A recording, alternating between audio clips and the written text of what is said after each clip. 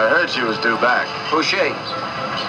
She worked in the saloon here. She's a nice girl, friend of Ellen's. Oh. There's bad news. Tad Stewart. I've been wondering why those saddle tramps have been hanging around.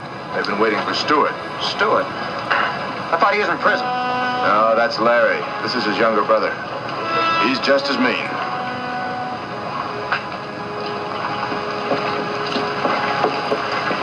Welcome back, Lil. I don't ask me if I'd meet you. Hello, Johnny. This is my deputy, Cully. Ma'am? This is Mr. Blake, Johnny Ringo. Mr. Blake is on his way to Boston. How do you do? Pleased to meet you, Mr. Blake. Now, if you'd excuse me. What are you doing here, Stewart? I'm visiting, Sheriff. Just visiting. Well, just don't overstay your visit. I think I may stay over for a day or two just to do some sightseeing. Well, that's Velarde's Hotel, Mr. Blake. A friend of mine, Ellen McKay, runs it. I'm sure she could furnish you with a room to your liking. Ma'am, would you like me to escort you to the local saloon? If you'll pardon my using that word in front of a lady. Lady? Where's a lady? I don't see none. When you're in my town, you better act like a gentleman or get out. She's heard worse. You looking for trouble? Why, no, Sheriff. Whatever gave you that idea? I just heard from my brother the other day, you know, the one up in prison. You know Larry. He sends you all sorts of love. No, I just came to town to welcome Miss Lil back to Velarde. I don't want no trouble with nobody. I know you're the big iron around here, and I respect that. I honestly do. Seems guns and good manners just don't go together. You want to see my good manners, you wear a gun. That's enough. Now move out. Sure, Sheriff. We don't want to cause you any trouble. We'll see you later, Lil, in the saloon.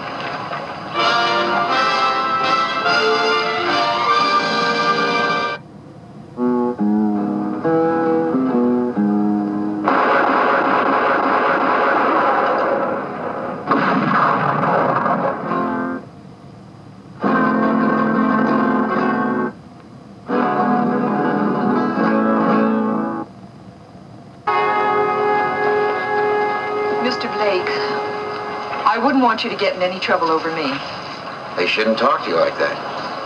You know, Mr. Blake, things are a lot different here than they are in the East. That depends on how far east you go. Miss Blanchard, would you give me the pleasure of taking you to dinner tonight? I'd be delighted. And would you be nice enough to show me around the town first? Of course. Nice meeting you, Sheriff.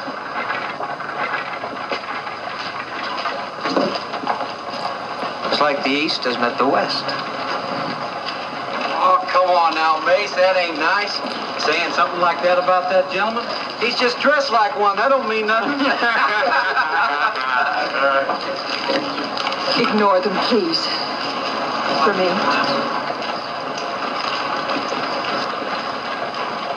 Take my arm? Please, they're just goading you. You know, I got to get me a pair of gloves like Mr. Fancy Dan has got, Mace. Ain't they kind of cute? Sure thing. I've had just about enough of this, Mr. Stewart. Oh, come on now. Don't go getting your hackles up. We're just funning you. Ain't that right, Mace? Yeah. Of course, if Mr. Fancy's looking for a little excitement, I'd be glad to oblige. Why don't you leave us alone, Stu? My brother told me to look out for you. He wants me to take good care of you. And that's just what I aim to do. Come on, Mr. Blake.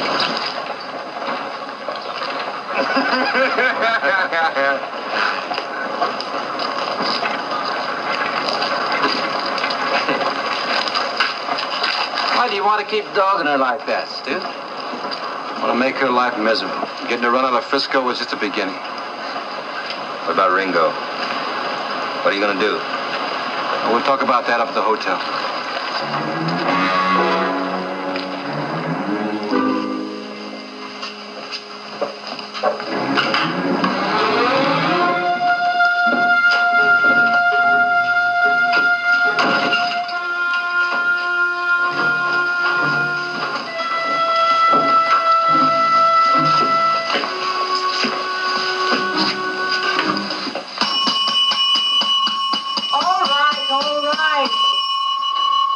clerk, what happened to that old fossil who used to work here? That old fossil just happens to be my uncle. Do you, gentlemen wish rooms? Yeah, we'd like a couple of rooms. First of all, why don't you and I have a little talk? Get acquainted and all that.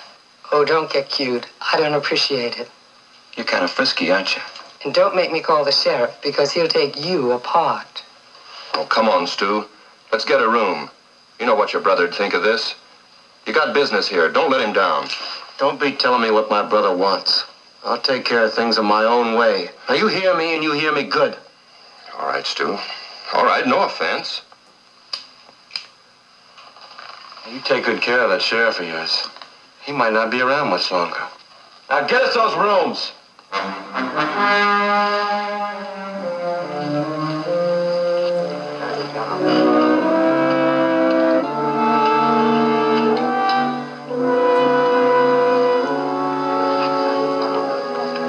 You live here in Velarde? I used to. I worked in the saloon. Oh. I'm probably not like the ladies you know in Boston, but I guess I'm not even what you'd call a lady. I think you are. You've been very nice to me, Mr. Blake. Jeff. Nicer than a man has been to me in a long time. But you don't know anything about me. I know enough to like you. I bet I'm the first saloon girl you ever knew. What were you doing in San Francisco? Working. Another saloon. I don't know any other kind of work. I like to cook. But, I guess I'm not exactly the chef type. I think you'd make a very pretty chef. I don't understand you, Mr. Blake. I told you I work in a saloon. I'm not all starch petticoats and lace, and I never got past the 5th grade. Doesn't that change your mind about me? Should it? Well, you're either the strangest man I ever met, or the nicest. Did you know that I was asked to leave San Francisco? No. Why?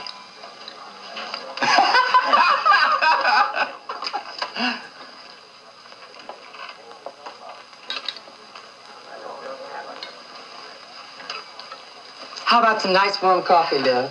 I can't thank you enough for asking me back. We're so glad to have you back, honey. Hope you enjoy your dinner. She seems very nice. You're very fortunate to have such good friends. I've known Ellen only.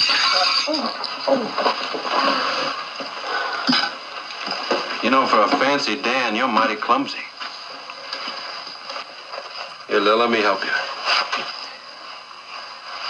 I hope you didn't spill any of that nasty coffee on your pretty duds. I don't think anybody invited you to this table. Now, would you please leave? Well, you're not being at all neighborly, Mr. Fancy Dan. Come on, Jeffrey, let's go. Jeffrey? Well, Jeffrey hasn't finished his dinner yet. I think he needs a little ketchup. Ketchup. Yeah, sure, Stu. That's just about enough. I'm telling you for the last time, I've had enough of all of you. Now, you leave Miss Blanchard alone, or I'm going to have to do something I don't want to.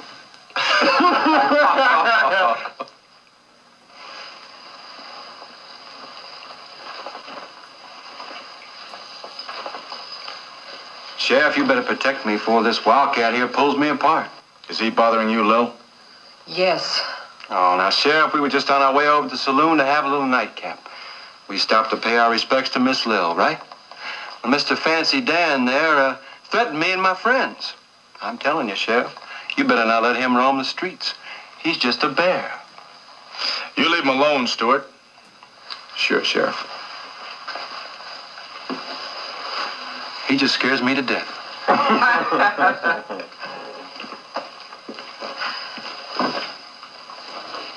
Jeffrey, I have to go change.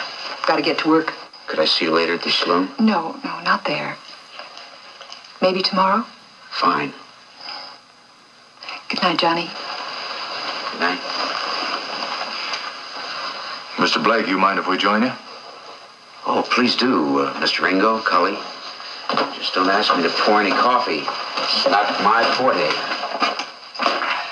Lil's one of the prettiest girls I've ever seen. She's real taffy. Taffy? Yeah, taffy. Girls, of course. Here, Ellen, let me give you a hand with that. Thank you, Cully. It is a little heavy. Will you help me carry them over to Mr. Carter's? Sure. Johnny, I'll see you later.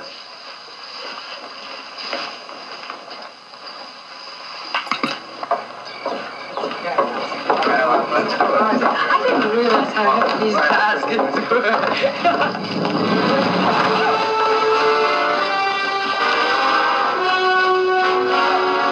You had to run to the sheriff, didn't you? You had to cross me just like Lil crossed my brother. Take him to the livery stable and tie and gag him good. I'll follow you with little Miss Big Mouth. Now you keep your mouth shut. If you hurt Cully, Ringo will kill you. Johnny Ringo will be dead in less than half an hour.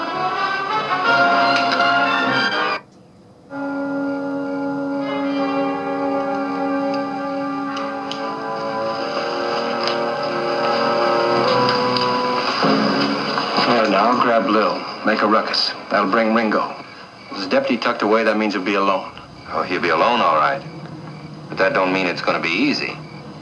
Ain't been a man yet able to outdraw Ringo. I'm not going to try to outdraw him. I'm just going to try to get him worked up enough to want to fight me. Now, you two go out and wait. When I get him outside, you get everybody off the street, and it'll be dark. Mace, you be across the street. He won't see you. And you get him before he gets a chance to draw. You understand? Got it. All right, let's go. Tell me, Mr. Ringo, what else do you know about Miss Blanchard? Nothing much except what Ellen told me. Her father died when she was a child, and when she was 15, her mother passed on. She was alone. The saloon keeper and his wife took her in, but she was proud. She wouldn't take charity. So she went to work in the saloon, waiting on tables. I see. I think I can understand now. Working in a saloon doesn't help a girl's reputation, Mr. Blake. But Lil's a fine girl. She told me she was asked to leave San Francisco. Yes, I know. And I think I know why. Some of Tad Stewart's doing. Ellen told me that Stewart followed Lil to San Francisco. Then he spread some ugly stories about her. Why? Some time ago, I brought in his brother, Larry, for killing a man. Lil testified against him. Well, now he's serving a life term in Yuma. And Tad Stewart hates us both. You better stay away from her. Mr. Blake, I think you better keep out of this. This isn't Boston. And Mr. Stewart is wearing a gun. I don't need a gun.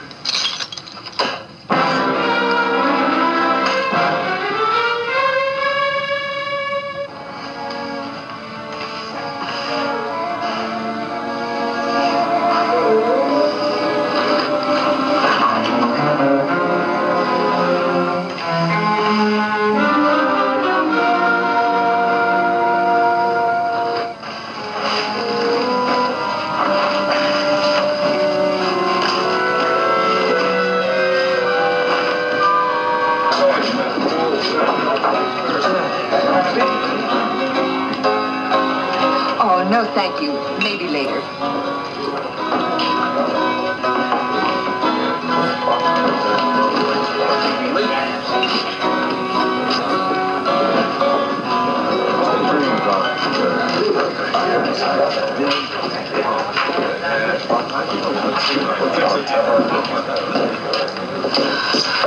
Let's dance, Lil.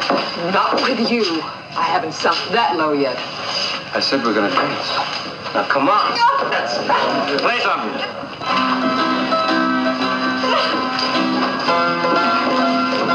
Play something fast.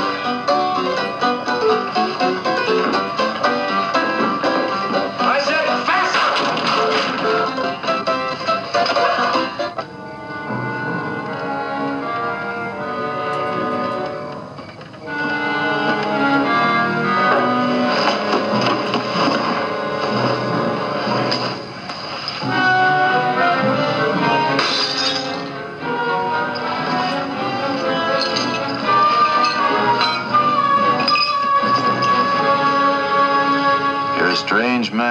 Blake. Strange? How? I don't know. I can't explain it. I've been out of the country for quite some time. What's your business? I was a painter. Oh, an artist? Yes. I painted the King and Queen of Italy, Stonewall Jackson, John Lafitte. I was a portrait painter. But that was a long time ago. Now it seems as if it never happened.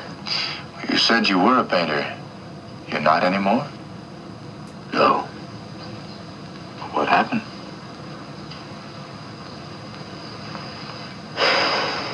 I was married. We had a little boy. They were killed in an avalanche.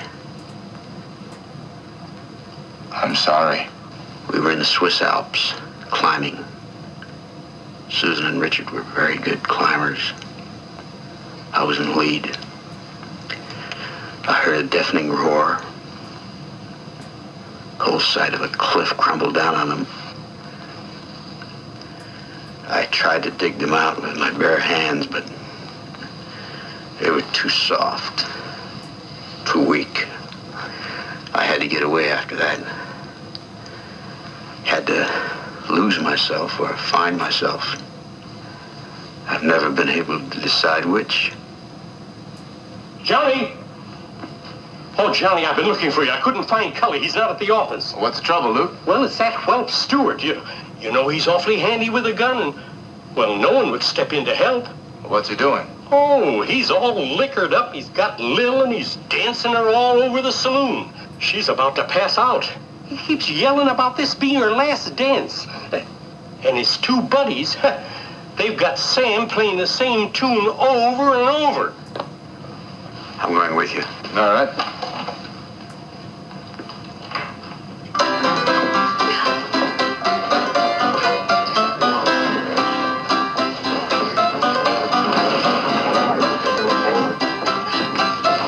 That's enough, Stewart. Let her go.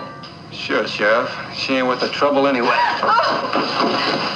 Hey, Stu, here's Fancy Dan. In here with all the men. Sure, she's sweet on him. That's why she didn't want to dance with me. Maybe she'd like to dance with him if they're both fit in a pine box. You're just aching for a fight, aren't you, Stewart? Looking for an excuse. My brother's rotting away in a prison because of you and her. I want to see how fast you really are. Let's go outside, unless you want to see somebody get hurt. All right. Johnny? Stewart and his boys bushwhacked me and Ellen.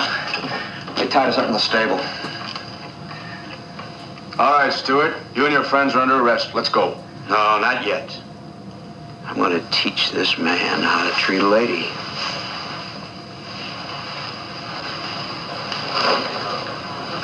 Sheriff,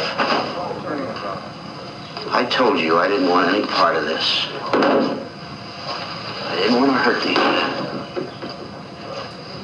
But the lady's been insulted, and I'm afraid I'm going to have to. This is my fight. Well, Mr. Blake, I'm afraid you can't.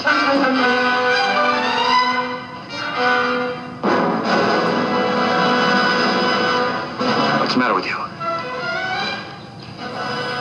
What's the matter with your hand?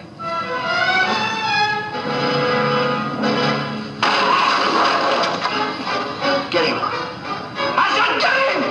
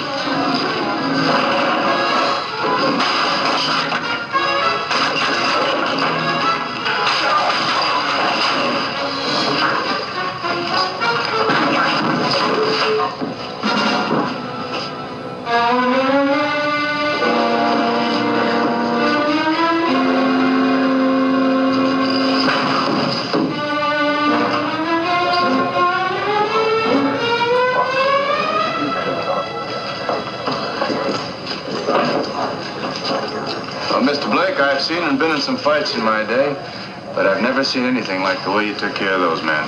That was the darndest thing I've ever seen. Luke, have some men take care of them. Sure, Johnny. It'll be a pleasure. And you better get Doc Bardell. I think they'll need him. Jeff, you were... Mr. Blake, I see why you're wearing gloves now. Yes. I told you, Mr. Ringo, that I was in the Orient. While I was in Japan, I studied the art of karate. Oh, I've heard of karate. One hand is hardened, used as a weapon. Yes. I studied jiu-jitsu first, then I advanced to the higher art of karate. I almost achieved the black belt, the highest symbol of the karate art. But I never mastered the art of inner meditation and restraint. You sure didn't show any restraint mopping up those saddle bums. I promised never to use the art of karate unless to defend myself or someone I loved.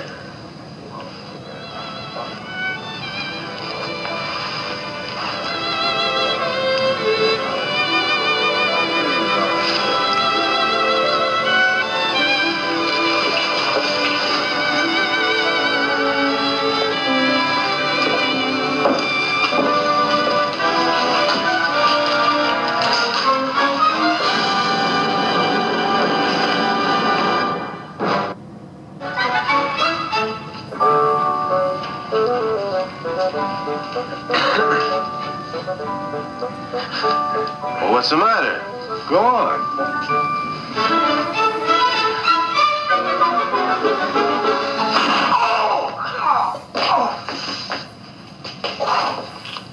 I told you, Cully, the art of karate's for the experienced. Hand must be conditioned, made hard. It's too bad you couldn't use your head in karate. Cully's got the hardest head I know of. Show me again, Mr. Blake. All right, but this is the last time. The art of karate is a serious matter. It's not for entertainment. It's deadly.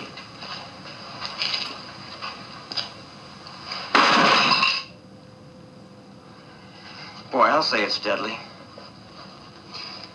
Tell me, Mr. Blake, what are your plans now? Well, I guess I'll be going back to Boston in a couple of weeks. Perhaps I'll even paint again. Have you finally decided whether to lose yourself or find yourself? A little of both. Excuse me.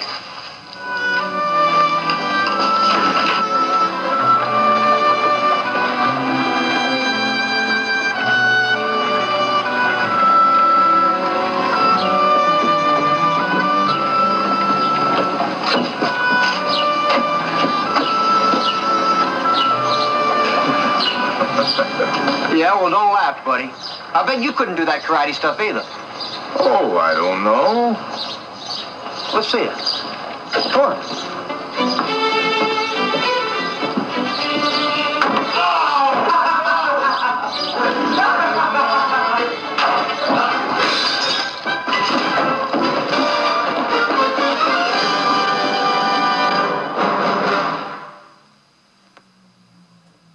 Ringo, Johnny Ringo, his fears were never shown. The fastest gun in all the West, the quickest ever known. Everywhere he traveled, trouble was all that he found. Face to face with a man set to prove that he could shoot Ringo down. Ringo, Johnny Ringo, his fears were never shown. The fastest gun in all the West, the quickest ever known.